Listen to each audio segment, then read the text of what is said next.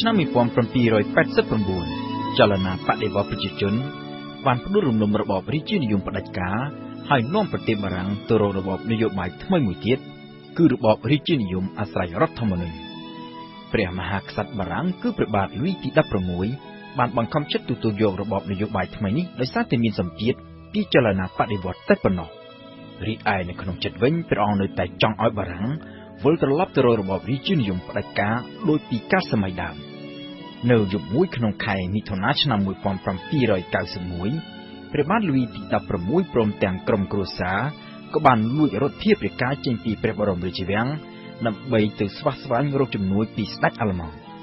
ក៏ប៉ុន្តែនៅតែប្រមាណជា30គីឡូម៉ែត្រពីព្រំដែនអាល្លឺម៉ង់ព្រះអង្គត្រូវបានគេចាប់ខ្លួនបានហើយបញ្ជូនត្រឡប់មកកាន់ទីក្រុងប៉ារីសវិញចាប់ពីពេលនោះមកប្រជាជនបារាំងបានបាត់បង់ទំនុកចិត្តលើព្រះមហាក្សត្រទាំងស្រុងដោយពួកគេចាត់ទុកថាការព្យាយាមរត់ភៀសប្រកាយទៅរកជំនួយពីបរទេសវាគឺជាទង្វើក្បត់ជាតិចលនាបដិវត្តន៍ប្រជាជនក៏បានចាប់កក្រើកឡើងវិញហើយមានសន្ទុះកាន់តែខ្លាំងក្លាជាងមុនដោយនៅពេលនោះពួកគេទាមទារឲ្យរំលាយរបបរាជានិយមចោលទាំងស្រុងដើម្បីបង្កើតទៅជារបបសាធារណរដ្ឋជំនួសមកវិញនៅព្រឹកព្រលឹមថ្ងៃទី10ខែសីហាឆ្នាំ 1792 ក្រុមបដិវត្តន៍បានបើកការវិនិយោគចូលទៅដល់ក្នុងព្រះបរមរាជវាំងនៅក្នុងទីក្រុងប៉ារីសរបបរាជានិយមក៏ត្រូវគេលុបបំបាត់ចោលទាំងស្រុងហើយរបបសាធារណរដ្ឋក៏ត្រូវបានបង្កើតឡើងព្រះបាទលូយទី16ត្រូវបានតុលាការបដិវត្តន៍កាត់ទោសប្រហារជីវិតដោយកាត់ក្បាលនៅថ្ងៃទី21ខែមិថុនាឆ្នាំ 1793 ការប្រហារជីវិតនេះត្រូវបានធ្វើឡើងជាសាធារណៈនៅកណ្ដាលក្រុងប៉ារីសនៅត្រង់ទីលានមួយដែលគេឲ្យឈ្មោះថាទីលានបដិវត្តន៍ហើយបច្ចុប្បន្ននេះត្រូវបដូរឈ្មោះមកជា Place de la Concorde ការផ្ដួលរំលំរបបរាជានិយមនិងប្រហារជីវិតស្ដេចនៅក្នុងប្រទេសបារាំងបានធ្វើឲ្យព្រះមហាក្សត្រនៅតាមបណ្ដាប្រទេសផ្សេងៗទៀតនៅក្នុងតំបន់អឺរ៉ុបផ្ទុះកំហឹងហើយនាំគ្នាលើកទ័ពវាយលុកមកលើរបបសាធារណរដ្ឋបារាំងនៅពីខាងក្រៅរបបសាធារណរដ្ឋដែលទើបនឹងបង្កើតថ្មីនេះត្រូវប្រឈមមុខនឹងការឈ្លានពានពីគ្រប់ទិសគឺពីអង់គ្លេសនិងបែលហ្ស៊ិកពីខាងជើងអាល្លឺម៉ង់និងអូទ្រីសពីខាងកើតហើយអេស្ប៉ាញពីខាងត្បូងចំណែកឯនៅក្នុងស្រុកវិញ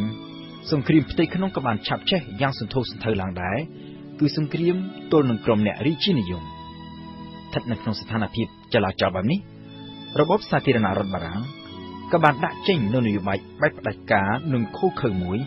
ដែលនៅក្នុងប្រវត្តិសាស្ត្របារាំងគេបានដាក់ឈ្មោះរបបនេះថា La Terreur នៅក្នុងសម័យកាលនោះរាល់អ្នកណាដែលប្រឆាំងនឹងរដ្ឋាភិបាលត្រូវគេចាប់ខ្លួននិងសម្លាប់ចោលដោយចោទថាជាអ្នកប្រឆាំងនឹងបដិវត្តន៍អ្នកដែលត្រូវចាប់ខ្លួននិងសម្លាប់ពីបទប្រឆាំងនឹងបដិវត្តន៍នោះមានទាំងអតីតមន្ត្រីនៅក្នុងរបបចាស់មានទាំងប្រជាជនធម្មតាហើយរហូតទៅដល់ជួរថ្នាក់ដឹកនាំនៃរបបសាធារណរដ្ឋគ្នាឯងរបបសាធារណរដ្ឋដែលកើតចេញពីបដិវត្តន៍ប្រឆាំងនឹងរបបផ្ដាច់ការរបស់ស្ដេចក៏បានคล้ายខ្លួនទៅជារបបផ្ដាច់ការថ្មីមួយទៀតរបបផ្ដាច់ការនិងឃោរឃៅនេះបានបិទបញ្ចប់នៅខែកក្កដាឆ្នាំ 1794 នៅក្រោយពេលដែលមេដឹកនាំដ៏មានអំណាចម្នាក់ឈ្មោះ Robespierre ត្រូវបានចាប់ខ្លួននិងកាត់ទោសប្រហារជីវិតដោយត្រូវគេយកទៅកាត់ក្បាលនៅត្រង់កន្លែងដែលគេធ្លាប់កាត់ក្បាលស្ដេចលូយទី16កាលពីជាង1ឆ្នាំមុនគិតជាសរុបមានមនុស្សប្រមាណជា50ម្នាក់ត្រូវគេចាប់ដាក់ពន្ធនាគារហើយប្រមាណជា100000នាក់ត្រូវគេសម្លាប់នៅក្រោមរបបសាធារណរដ្ឋផ្ដាច់ការថ្មី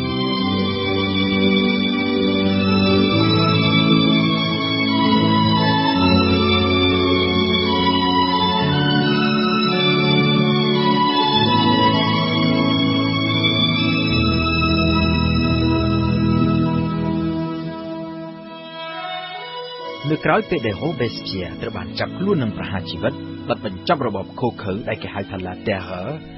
រដ្ឋធម្មនុញ្ញថ្មីមួយត្រូវបានគេដាក់តែងឡើងដើម្បីបង្កើតទៅជារបបដឹកនាំថ្មីមួយទៀតក៏ប៉ុន្តែចំនួនផ្ទៃក្នុងរវាងក្រុមអ្នកសាធារណរដ្ឋនិងអ្នករាជានិយមនៅតែបន្តកើតមាន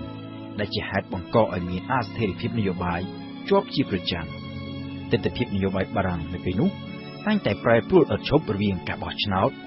និងរដ្ឋប្រហារយោធាដែលតែងតែកើតមានជារឿយៗស្ថិតនៅក្នុងភាពច្របូកច្របល់នេះគេឃើញមានអិសរាជជនម្នាក់ចាប់ផ្ដើមលេចមុខឡើង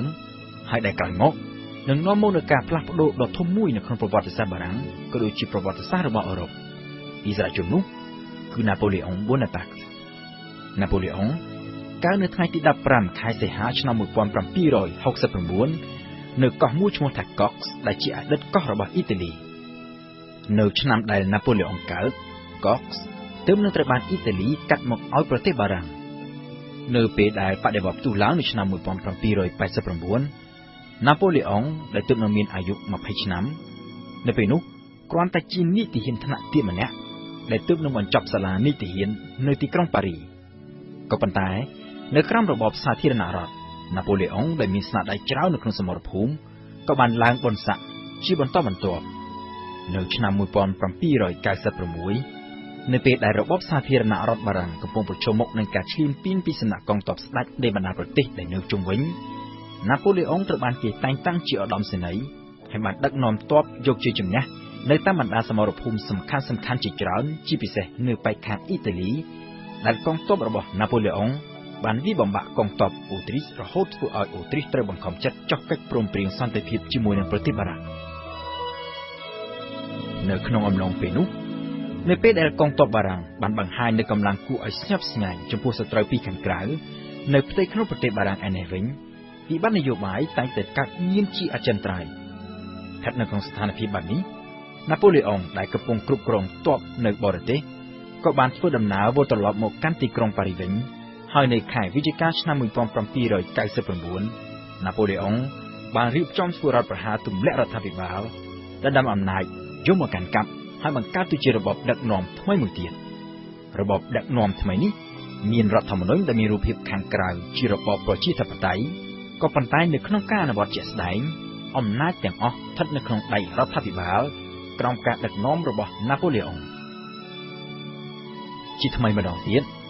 ប្រជាជនបារាំងដែលខិតខំឬខ្លួនចេញពីរបបផ្ដាច់ការមួយ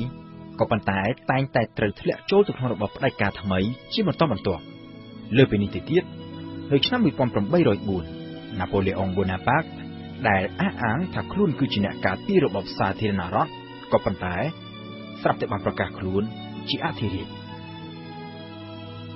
15ឆ្នាំក្រោយបដិវត្តទម្លាក់របបរាជានិយមផ្ដាច់ការបារាំងក៏បានវិលត្រឡប់ទៅរកការដឹកនាំតាមបែបរាជានិយមផ្ដាច់ការដូចជាពេលមុនវិញគឺចក្រភពបារាំងក្រោមអំណាចរបស់អធិរាជណាប៉ូឡេអុង